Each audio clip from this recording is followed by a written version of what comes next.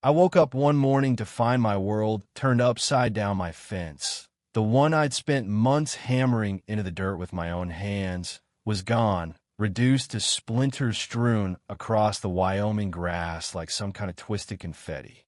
The hoof prints trailing off toward the hills told me my herd was out, scattered, and a sinking feeling in my gut told me this wasn't an accident, this was personal. By noon, I knew who was behind it. Linda, the HOA dictator who thought she could rule my ranch like one of her cookie-cutter cul-de-sacs. My name's Jack, and I've been running my family's ranch outside Laramie for over a decade, 400 acres of open pasture, framed by the Medicine Bow Mountains, while like 200 bison roam free, or at least they did until Linda decided my land was her next conquest. That fence wasn't just wood and wire. It was my boundary, my sweat, my promise to keep my herd safe and my life my own. But Linda, with her pristine visor and her ever-present notebook, didn't care about promises, she cared about control. She'd been after me for years, ever since her HOA sprouted up a mile down the road in those shiny new subdivisions with their manicured lawns and identical mailboxes. My ranch, older than her entire neighborhood, was a thorn in her side, a stubborn piece of dirt that didn't bow to her bylaws. It started small little notes stuffed in my mailbox about non-compliant landscaping or unapproved fence aesthetics. Landscaping? I'm running a ranch, not a golf course. I'd toss those notes in the burn pile and keep working, figuring she'd get bored. But Linda wasn't the type to get bored. She was the type to get obsessed. She'd cruise by my gate in her spotless SUV, scribbling in that notebook like she was auditing my soul. Once, she stopped to take pictures of my barn, muttering about zoning violations. I leaned out my truck window and said, "Linda, you're on my land. What exactly do you think you're doing?" She didn't even blink, just smirked and said, "This place could use some community standards, Jack. It's unkempt. Unkempt. My life's work, my family's legacy." Reduced to a word she probably looked up to sound clever. Things escalated when she started sending her HOA minions guys in polo shirts who wouldn't know a post driver from a paperweight to talk sense into me. One of them, a sweaty guy named Greg, stood on my porch and said, "Jack, joining the HOA would be easier for everyone. Think of the property values." I laughed in his face. "Greg, the only value I care about is how many bison I can graze. Take your clipboard and go." But Linda didn't stop. She sent letters threatening fines, filed complaints with the county claiming my herd was a public nuisance. The sheriff came out once, took one look at my land, and said, "Jack, this is a waste of my time. Tell Linda to find a hobby." I thought that'd be the end of it, but I was wrong. The real fight started at one of her HOA meetings. I went against my better judgment to set the record straight. Picture this: a stuffy community center, fake fireplace, rows of folding chairs, and Linda at the front like she's Napoleon addressing her troops. She was mid-rant about neighborhood unity when I stood up and said, "Linda, my ranch isn't your jurisdiction. Never was, never will be. My land, my rules." The room went quiet, folks whispering, some nodding my way, others glaring. Linda just adjusted her visor, tapped her notebook, and said, "Jack, we'll see about that." That was her declaration of war, and I felt it like a storm brewing in my chest. From then on, it was death by 1,000 cuts. More notices, more threats, even a pile of gravel dumped on my access road, just enough to scrape my truck if I wasn't careful.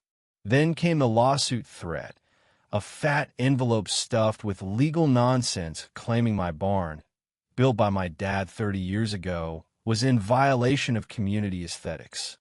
She wanted it gone or renovated within 60 days, or I'd face fines I couldn't even read without laughing. But deep down, I wasn't laughing. Linda was weaponizing the system, bending rules to break me, and I could feel the pressure tightening like a noose. The breaking point came one night in April. My dogs woke me up, barking like the world was ending. I grabbed my flashlight, yanked on my boots, and ran out to the pasture. The beam hit the fence, or what was left of it. Whole sections were down, posts sawed clean through, planks scattered like kindling. Beyond the wreckage, my bison were gone, their hoofbeats fading into the dark. I ran my hand over the cut sharp, deliberate man-made. No storm did this. No animal did this. And there, stuck in the mud, was an HOA flyer, Linda's name printed in bold at the bottom. She hadn't even bothered to hide it.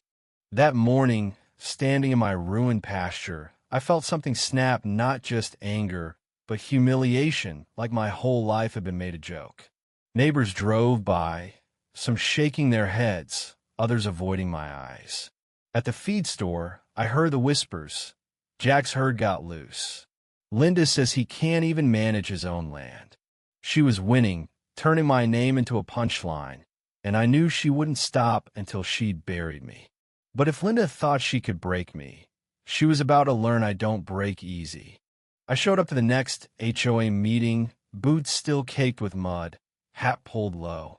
Linda was in her element, holding court with her notebook raised like a Bible, preaching about how my unsafe ranch was a threat to her perfect community. She even had a slideshow pictures of my broken fence, my bison on the highway, me sweating as I tried to fix it all. The crowd ate it up, murmuring, nodding, while she smirked like she'd already won. I stood up, voice steady, and said, "You talk about safety, Linda, but you're the one who cut my fence. You let my herd loose to prove a point, and now you're standing here lying about it." The room froze. Gasps, whispers, eyes darting to her. She laughed, and said, "Jack, nobody believes that.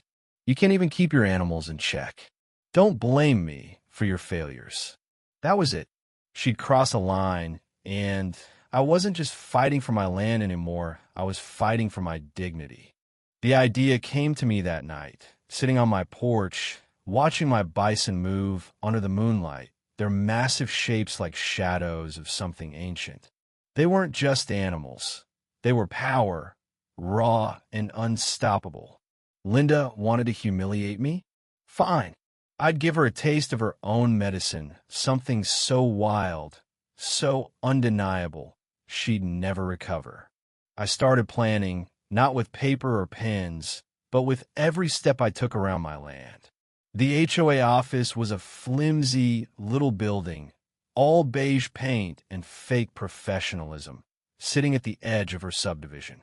Behind it was open ground, sloping right toward my pasture.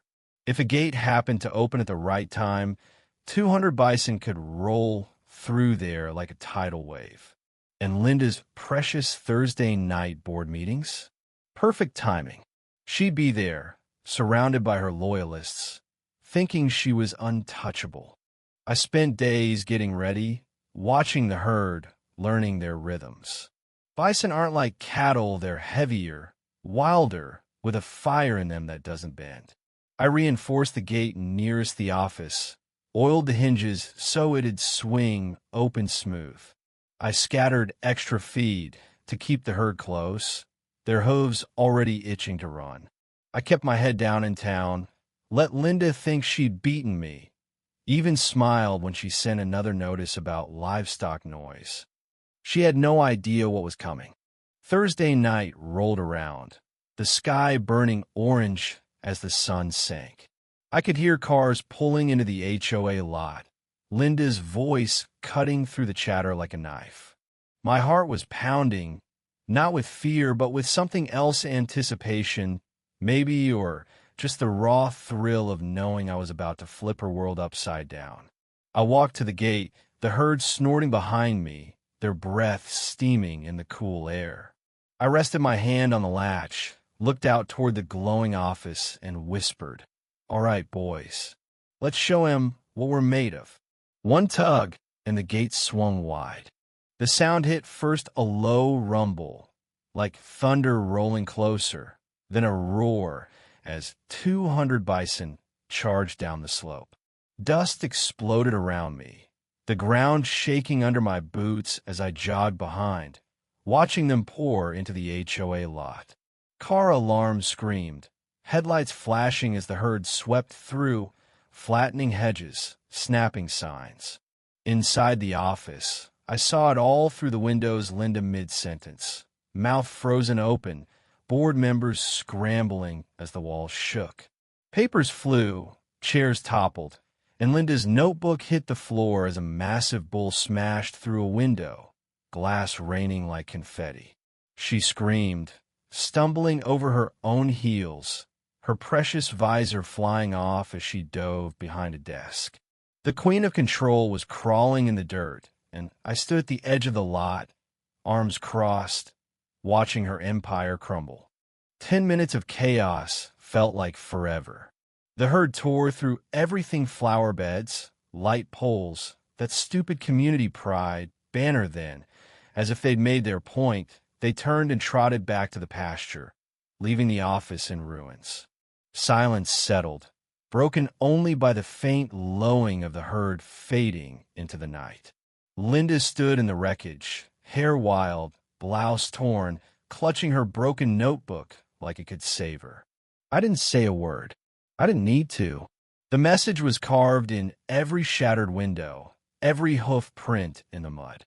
The next morning, the town was on fire with gossip. Reporters swarmed the office, cameras zooming in on the destruction while Linda spun her story, calling me a reckless menace. But the cracks were already showing. A reporter asked, "Ma'am, isn't it true the HOA has no authority over his land?" Another said, "We've got witnesses claiming your people cut his fence." Care to comment?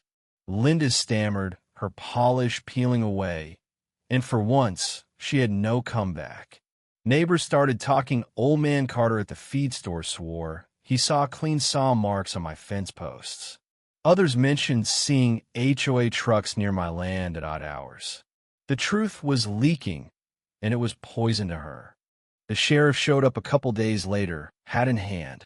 "Jack, Linda's screaming for your head, but the evidence points to her. Your fence was tampered with. You're in the clear." I nodded, but I didn't care about being cleared. I cared about watching Linda's world unravel. And unravel it did. Board members quit. Residents revolted, refusing to pay her Bison damage fees. At one meeting, a woman stood up and yelled, "Why are we paying for your vendetta, Linda?" The room roared with agreement, and Linda's voice, usually sharp as a whip, cracked under the weight. Then came the final twist, something I hadn't even planned.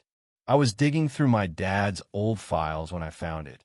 A deed from 1892 showing my family owned not just the ranch, but the acre where Linda's HOA office sat.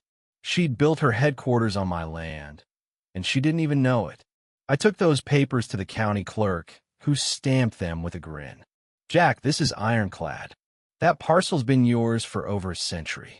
I drove to the office, walked in while Linda was yelling at her last 2 board members, and laid the deed on the desk. "Pack up, Linda. This land's mine. Always has been. You've got 30 days to get out." Her face went white, hands shaking as she read the papers. "This is a lie," she hissed, but the board members were already backing away, one muttering, "We can't fight this, Linda. It's over." She screamed about lawsuits, about fighting back, but nobody listened. Over the next month, the office emptied out, furniture hauled off, files shredded, Linda's empire reduced to cardboard boxes. On the last day, she stood in the doorway, notebook clutched tight, glaring at me. "You've ruined everything," she spat. I looked her dead in the eye and said, "No, Linda, you ruined yourself.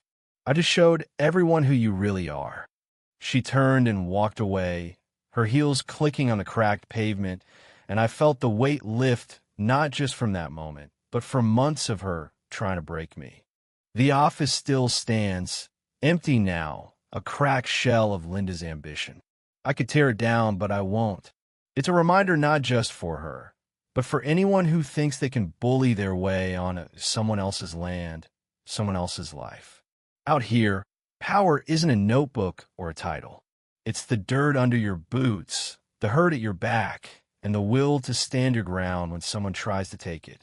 Linda thought she could control me, but she forgot one thing. You don't tame a man who runs with Bison. So what do you think?